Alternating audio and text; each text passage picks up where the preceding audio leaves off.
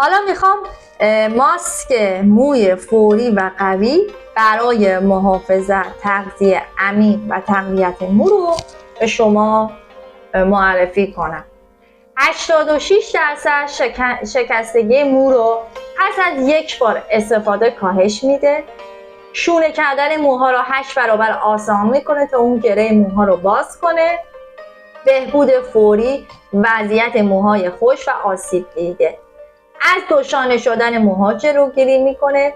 موها رو تغذیه و جوون میکنه.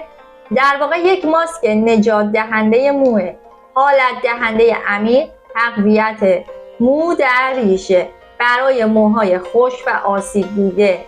در ریشش با کراتین و لیپیدهای جوی 200 ترمیم میکنه و فوق‌العاده است. حالا چجوری؟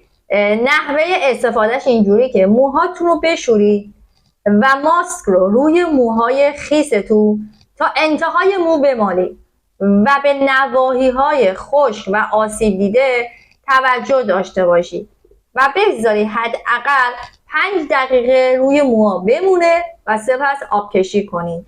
قیمتش هم خیلی عالیه و فوق‌العاده است و حتما تهیه‌اش کنید.